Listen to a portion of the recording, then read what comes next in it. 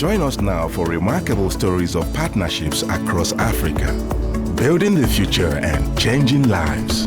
It's Africa's time.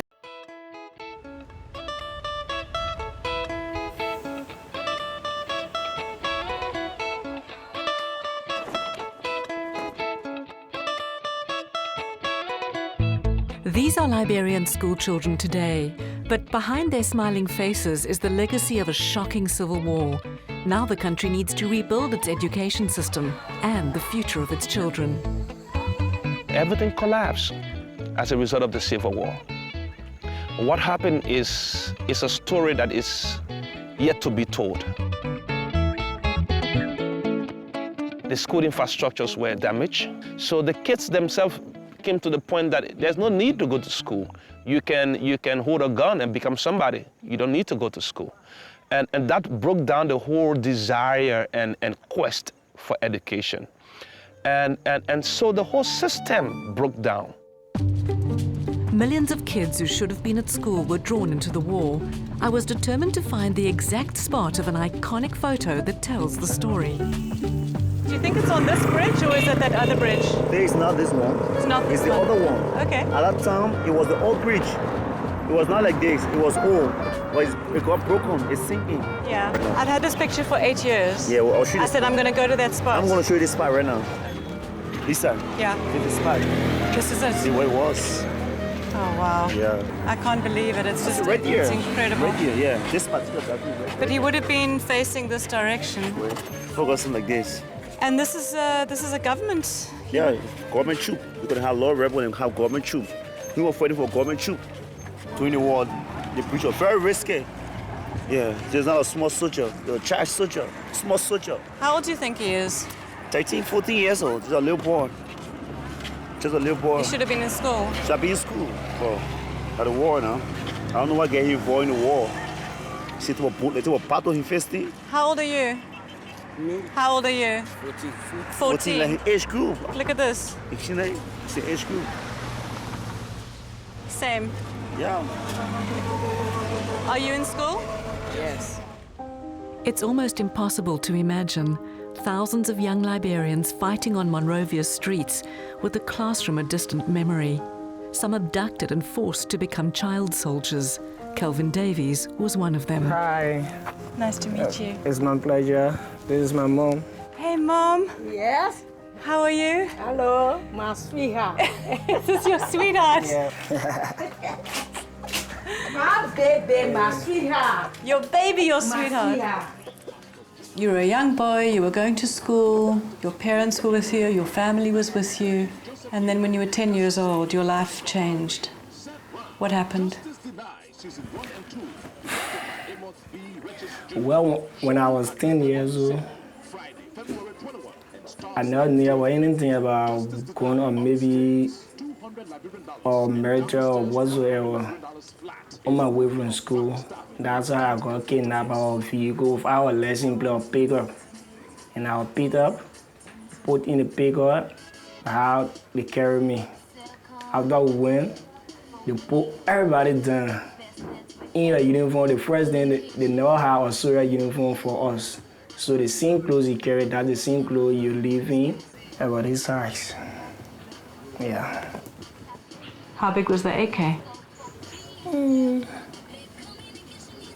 The AK was very big and heavy because it was my very first one. So when I first lifted it up, it was very heavy in my hand until I needed to be walking, a bit dragging.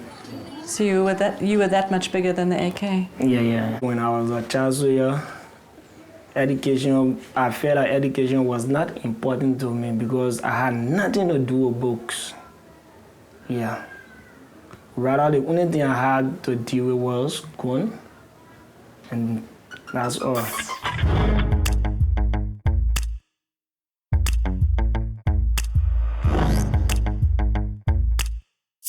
This particular thing you are part of, you never meant to be part of it, but you are forced to be part of it. So since that's the case, you had to put yourself back together. Then later my mother said, no, you had to go back to school. I decided to go back to school.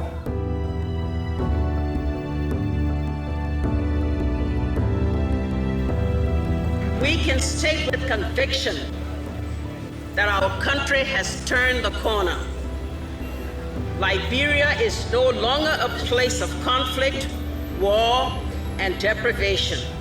We're trying to ensure that kids understand that the way to stability is not through the violence or it's not through guns, it's through education. The more people are aware and the more people are educated, the more stable minds they develop, because they now appreciate that in order to become somebody, you need to work for it.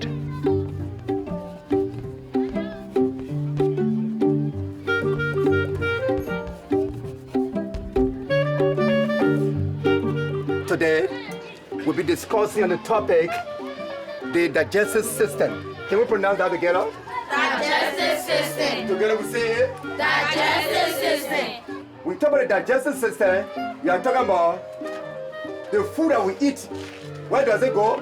Into the what? Digestive system.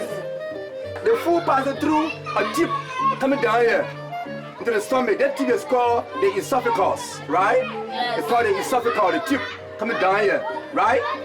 It's a very important system of the human body. Because of the situation we find ourselves after the war, and people wanted children to be in school, so everybody was putting up something that was supposed to be a classroom. We want the schools to look like places that children want to go to, and just to make it a place of fun and learning. And that is one of the things I'm trying to push when we go to our school systems.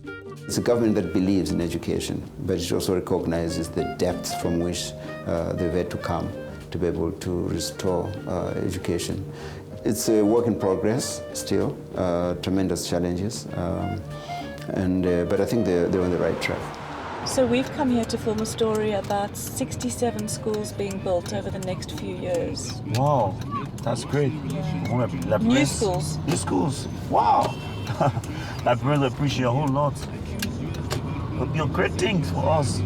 Yeah, we need schools. We need hospitals. And we need schools. It's heartening when big players come together to solve problems. The partnership here is between global giant AECOM and the Liberian Education Ministry. Our series has visited some of the school sites before, but building hadn't yet begun. Now we're back to see how the project's first phase, involving 44 schools, is progressing. So we've driven up the Kakata Highway north of Monrovia, and we've come here through the Firestone Plantation to see a school that is being built. Morning. Hello, Barry. Hi, Barry, AECOM. How are you? Great pleasure nice to meet you. I was just saying that it's amazing to see it actually being built. We've done the research, we've spoken to people, but we're here. It's amazing. Is that going to be a big school, Barry? If you knew the challenges, you would know how amazing it is. It's very special to see this kind of progress.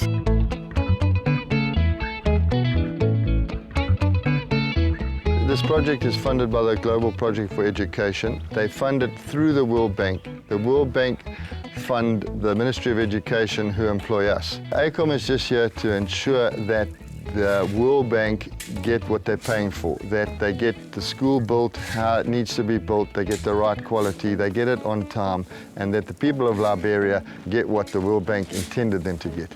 How this project works is that all the schools are built by local contractors. So we would basically, the MOE would appoint a contractor, we would meet with them, engage with them, and then it would be a team effort. So we would work with the contractors, all local guys. There's no imported contractors, no imported staff. So it's basically Liberia are building Liberian schools. AECOM has come in to help monitor the construction that's going on and to ensure that it's being done properly. And they're doing a wonderful job at that. And what I like about it is that they have Liberians that they're helping to learn how to do that. We don't only monitor, we assist, we train, we help, we guide, and that makes it a joy. Our mandate is actually to build ourselves out of a job, to increase the capacity of the local builders and to be able to teach them to manage their own job and not to require our services.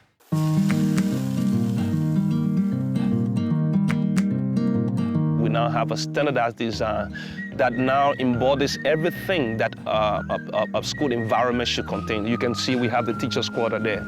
You can see that we have the administrative building, the classroom buildings, and everything just well laid out. Every time I come to this site, overlooking this community and looking at the buildings up, I feel proud. The truss is up there where the apex is, yes, and you have the one vertical.